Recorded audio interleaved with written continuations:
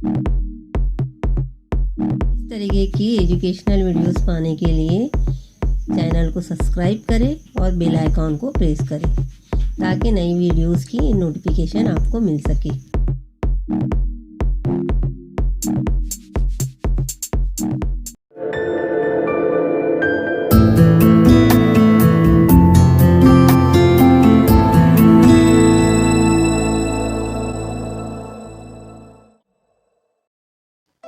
Welcome to my class. Dear student, today we are going to see 10th class first poem, A Teenager's Prayer. We will see warming up and explanation. Now we will see warming up chit chat activity. First, form groups of 5 to 6 and discuss.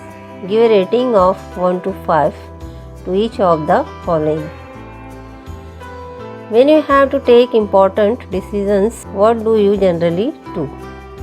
जब हमें कोई अहम फैसला लेना हो तो आमतौर पर हम क्या करते हैं?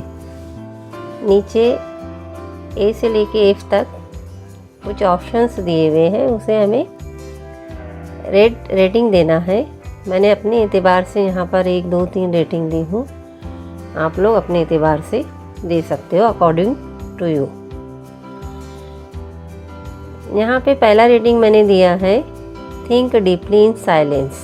अगर मुझे कुछ ख़ास फैसला लेना है तो मैं पहले क्या करूँगी? तो पहले मैं गौर करूँगी।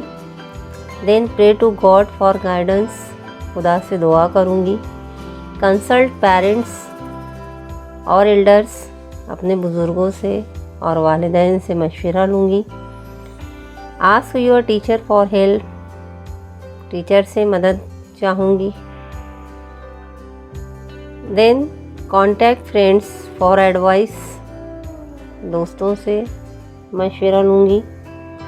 And the last one will be toss a coin to decide, फैसले के लिए कॉइन को टॉस करूँगी। यहाँ पर मैंने अपने एतबार से दी हूँ, आप लोग अपने एतबार से रेटिंग दे सकते हैं। Activity number 2, in poetry, very often there are lines in which the poet seems to talk directly to an absent person, an abstract idea or thing or object. नज़्म में कभी कभार ऐसी लाइन का इस्तेमाल किया जाता है जिसमें शायर जो है डायरेक्टली किसी गायब शख्स से मुखातिब होता है या किसी एब्स्ट्रैक्ट आइडिया या किसी चीज़ से। अब एब्स्ट्रैक्ट आइडिया से मुराद यहाँ पे जिसको हम छू नहीं सकते, देख नहीं सकते, महसूस कर सकते हैं, यानी किसी गायबाना चीज़ को मुखातिब अगर शायर कर रहा है तो उसको फिगर ऑफ स्पीच में such a tactic device used by the poet is the figure of speech apostrophe. तो उसको फिगर ऑफ स्पीच में एपोस्ट्रोफी कहा जाता है। एपोस्ट्रोफी किसे कहा जाता है? किसी गायबाना चीज़ से जो गैर हाजिर है उससे शायर जब मुखातिब होता है, बातचीत करता है, उसको एपोस्ट्रोफी कहा जाता है। अब जनरल पंक्चुएशन में भी हम एपोस्ट्रोफी पढ़ते हैं और उसको कहा जाता है एपोस्ट्रोफी एस। तो ये दोनों में फ़र्क क्या है? Apostrophe figure of speech and punctuation apostrophe में फ़र्क क्या है? तो जो पंक्चुएशन का एपोस्ट्रोफी एस है, इट शोज़ पोजीशन और ऑनरशिप। ये हमारी मिल्कियत को जाहिर करता है। जैसे कि example, Rahul's car, Meena's bag, Rani's home. ये जो एस है, ये एस एपोस्ट्रोफी है और ये याद रहे कि फिगर ऑफ स्पीच का एपोस्ट्रोफी और इस एपोस्ट्रोफी में फ़र्क है। Now we will see the example of figure of speech apostrophe, twinkle twinkle little star. तारे तो है लेकिन वो गायब चीज़ें हैं। ट्विंकल ट्विंकल लिटिल स्टार, और नीचे और 2-3 एग्जाम्पल दिए हुए जैसे कि death, where is thy sting, O cave man, I wish I could live with you. Now complete the following creating examples of apostrophe of your own. नीचे के example तुमको सॉल्व करना है, यहाँ पे मैं बयान कर रही हूँ, आप अपने तौर पर दूसरे एग्जाम्पल भी लिख सकते हैं। इसी के आगे दूसरे जुमले भी लिखकर इसको कंप्लीट कर सकते हैं। Oh life, how strange are you ways, dear God please help me, books you are my best friends, exams I wish you were never there never, oh you beautiful sky send all your beauty to the earth. Now we will see the poem a teenagers prayer.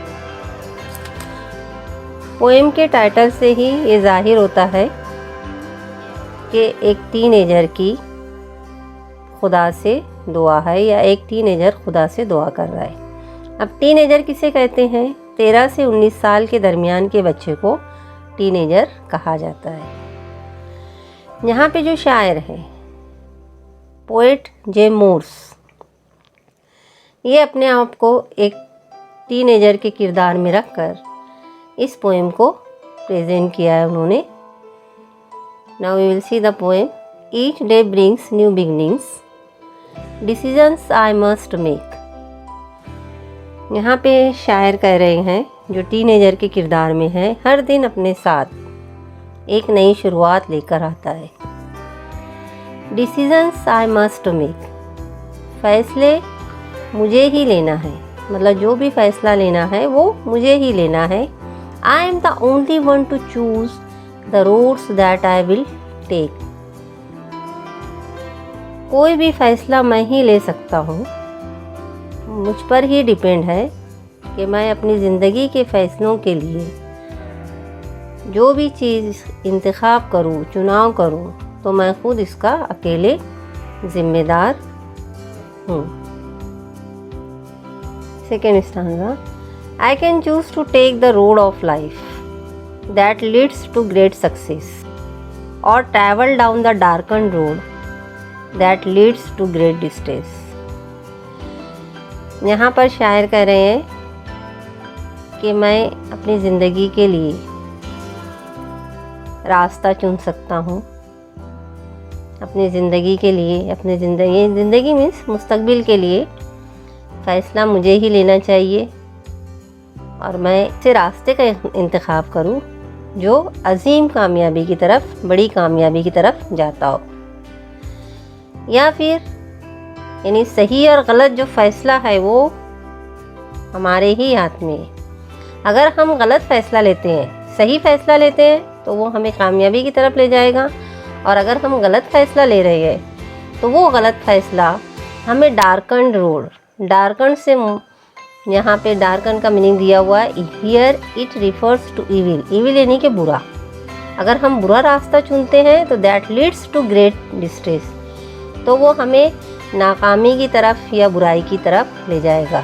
Distress का meaning दिया हुआ है great worry and strain. तीसरा stanza. Please open up my eyes dear Lord that I might clearly see. शायर कह रहे हैं, ऐ खुदा मेरी आँखों को खोल दे कि मैं किसी भी चीज़ को वाज़े तौर पर देख सकूं। अब यहाँ पे आँखों को खोलना यानी कि समझ अता करना है। मुझे समझ अता कर कि मैं सही और गलत में फ़र्क कर सकूं। 13 से 19 साल की जो एज होती है, इस एज में हार्मोनल चेंजेस बहुत ज़्यादा होते हैं और वो हार्मोनल चेंजेस की वजह से कैफियतें चेंज होती है और उसमें थोड़ी बहुत यानी गलतियाँ हो जाती है, कुछ बुराई की तरफ हम मुतासिर हो जाते हैं। तो ये जो वक्त होता है, इस वक्त में संभल कर फ़ैसला लिया जाए।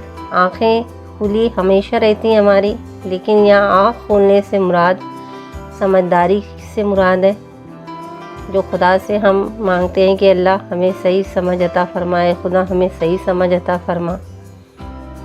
Help me stand for what is right, ताकि मैं सही के लिए हमेशा खड़े रहूं, जो सही है उनका साथ दे सकूं। Bring out the best in me, और मैं इसमें अपना बेस्ट दे सकूं। Help Lord to just say no when temptation comes my way.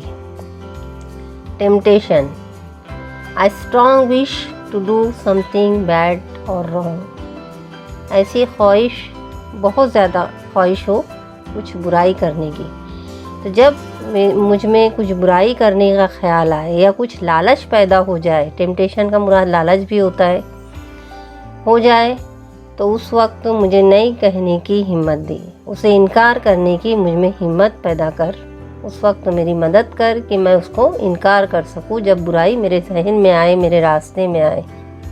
That I might keep my body clean and fit for life each day।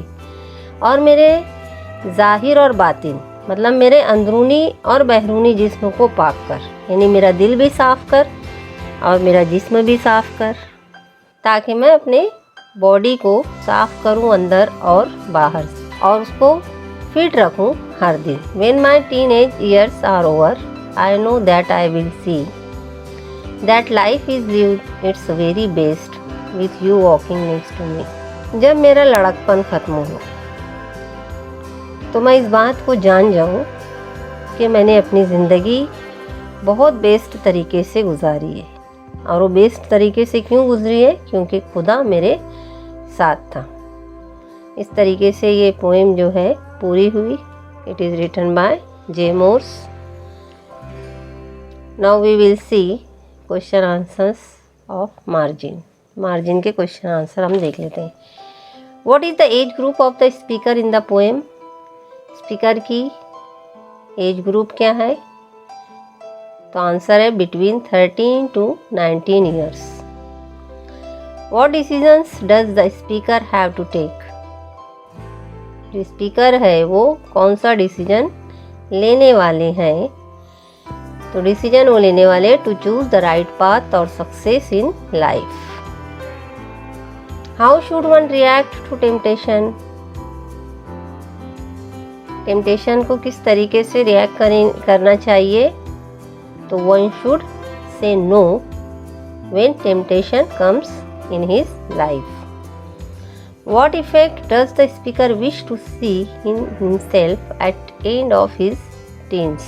Speaker अपने ज़िंदगी के अख्तिताम पर, ज़िंदगी के आखिर पे कौन से इफ़ेक्ट देखना चाहता है?